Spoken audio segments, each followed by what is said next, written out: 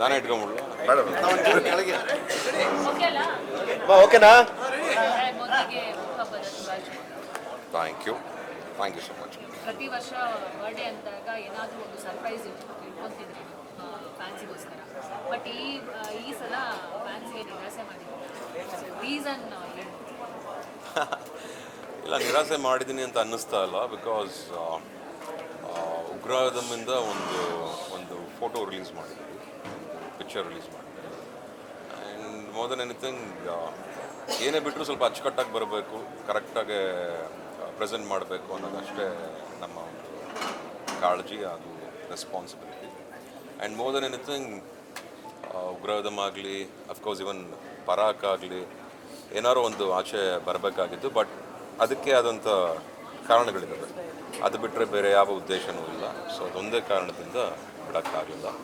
But ಆದಷ್ಟು ಬೇಗ ಒಂದು ಒಳ್ಳೆ ರೀತಿಯಲ್ಲಂತೂ ನಮ್ಮ ಉಗ್ರದಮ್ ಆಗಿರ್ಬೋದು, ಪರಾಕ್ ಆಗಿರ್ಬೋದು, ಬಟ್ ಇಮಿಡಿಯೇಟಾಗಿ ಉಗ್ರದಮ್ಮಿಂದ ಅಂತೂ ದರ್ ಇಸ್ ಸಮಥಿಂಗ್ ಗುಡ್. ಅದನ್ನೆಲ್ಲ ನಿಮಗೆ ಮೆಚ್ಚುಗೆ ಆಗೋ ಥರ ಮಾಡ್ತೀವಿ ಅಂತ ಅಂದ್ಕೊಳ್ತೀನಿ.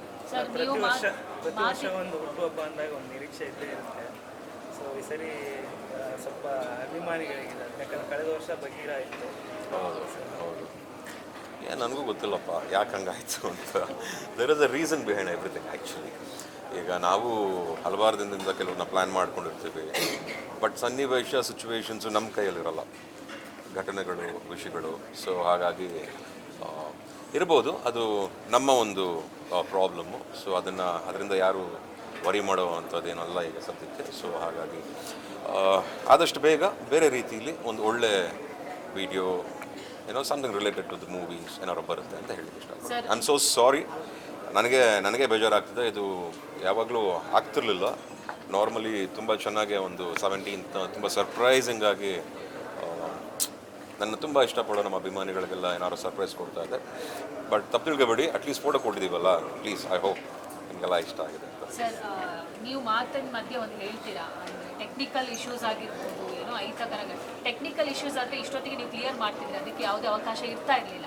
ಬಟ್ ಒತ್ತಿ ಹೇಳ್ತೀರಾ ಅಹಿತಕರ ಘಟನೆ, ಡೈರೆಕ್ಟ್ರು ಮಾತಾಡಬೇಕಾದ್ರೂ ಅಹಿತಕರ ಘಟನೆ ಅಂತಂದ್ರಿ. ಆ ಅಹಿತಕರ ಘಟನೆ ಏನು?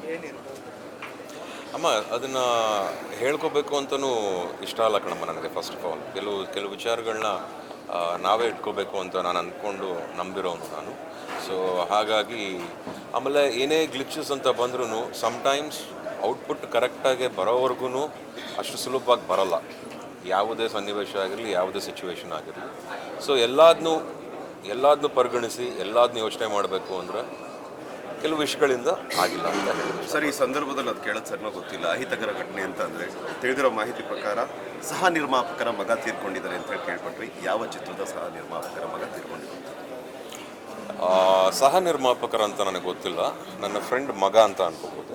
ಸೊ ಹಾಗಾಗಿ KGF ಅಲ್ಲೂ ಕೂಡ ಇರೋದ್ರಿಂದ ಅವರ ಹೌದು ಹೈದರಾಬಾದಲ್ಲಿ ನಡೆದಿರುವಂಥ ಘಟನೆ ವಿಚಾರ ಮಾಡಿ. ಹೌದು, is my dear friend. Basically ಒಂದೇ ಸರ್ಕಲ್ ಆಗಿರೋದ್ರಿಂದ it doesn't look great. And of course ಬಿಟ್ಬಿಡಿ ಅದನ್ನು, ಆ ವಿಷಯನ ಆ ಥರ ಮಾತಾಡೋದು ಬೇಡ. ಸೊ ಹಾಗಾಗಿ ನನ್ನನ್ನು ಅರ್ಥ ಮಾಡ್ಕೊಳ್ಳಿ ಸಾಕು. ಆದಷ್ಟು ಬೇಗ ಒಂದು ಒಳ್ಳೆ ವಿಚಾರದಲ್ಲಂತೂ ಸಿಗ್ತೀನಿ ಅಂತ ಹೇಳಕ್ಕೆ ಇಷ್ಟಪಡ್ತೀನಿ. ಓಕೆ ಸರ್, ಒಳ್ಳೆ ವಿಚಾರದ ಬರೋದಾದರೆ ನಿಮ್ದು 2 ಸಿನಿಮಾ ಅನೌನ್ಸ್ ಆಗಿರುವಂಥದ್ದು. ಹೌದು, ಯೂಶಲಿ ಇವಾಗಿರುವಂಥ ಥಿಯೇಟರ್ ಸಮಸ್ಯೆನಲ್ಲಿ ಸ್ಟಾರ್ಸ್ಗಳೆಲ್ಲ ವರ್ಷಕ್ಕೆ 1-2 ಸಿನಿಮಾ ಮಾಡಬೇಕು ಅಂತಾರೆ. ಬಟ್ ನಿಮ್ದು ಆಲ್ಮೋಸ್ಟ್ ಒಂದು ಸಿನಿಮಾಗಳು ಲೇಟ್ ಆಗ್ತಿದೆ. ಅಟ್ಲೀಸ್ಟ್ ಈ ವರ್ಷ 2 ಸಿನಿಮಾ ಎಕ್ಸ್ಪೆಕ್ಟ್ ಮಾಡ್ಬೋದು ಅಂದರೆ ಕಮಿಂಗ್ ಇಯರ್ 26.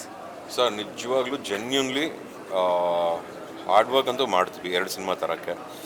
ಎಲ್ಲ ಕೌಂಟ್ ಆಗುತ್ತೆ, ಸಿಚುವೇಶನ್ಸು, ಶೂಟಿಂಗು, ಡೇಟ್ಸು, ಆಮೇಲೆ ಪ್ಲ್ಯಾನಿಂಗು, ಸಮ್ಟೈಮ್ಸ್ ಮಳೆ, ಸಮ್ಟೈಮ್ಸ್ ಎಲ್ಲ ಸಿಚುವೇಶನ್ಸ್ನು ನೋಡ್ಕೋಬೇಕು. ಸೊ ಬಟ್ ಆದಷ್ಟು 2 ಸಿನಿಮಾನು 26ಅಲ್ಲೇ ಬರೋ ಹಾಗೆ ಪ್ಲ್ಯಾನ್ ಮಾಡ್ಕೋತಾ ಇದ್ದೀವಿ. ಸೊ ಹೋಪ್ಫುಲಿ ಇದಕ್ಕಿಂತ ಜಾಸ್ತಿ ಡೀಟೇಲ್ಸ್ ಕೊಟ್ಬಿಟ್ರೆ ನನಗೆ ನೆಕ್ಸ್ಟ್ ಪಬ್ಲಿಸಿಟಿ ಮ್ಯಾಟರ್ ಮಿಸ್ ಆಗ್ಬಿಡುತ್ತೆ. ಲೇಟೆಸ್ಟ್ ಹಾಗೂ ಇಂಟ್ರೆಸ್ಟಿಂಗ್ ಸುದ್ದಿಗಳಿಗಾಗಿ ಬಾಸ್ ಟಿವಿ ಕನ್ನಡ ಚಾನೆಲ್ನ ಸಬ್ಸ್ಕ್ರೈಬ್ ಮಾಡಿ. ಹಾಗೆಯೇ ಬೆಲ್ ಐಕಾನ್ ಪ್ರೆಸ್ ಮಾಡಿ. ಇದರ ಜೊತೆಗೆ ಫೇಸ್ಬುಕ್, ಇನ್ಸ್ಟಾಗ್ರಾಮ್, ಎಕ್ಸ್ನಲ್ಲೂ ಮಿಸ್ ಮಾಡದೆ ಫಾಲೋ ಮಾಡಿ.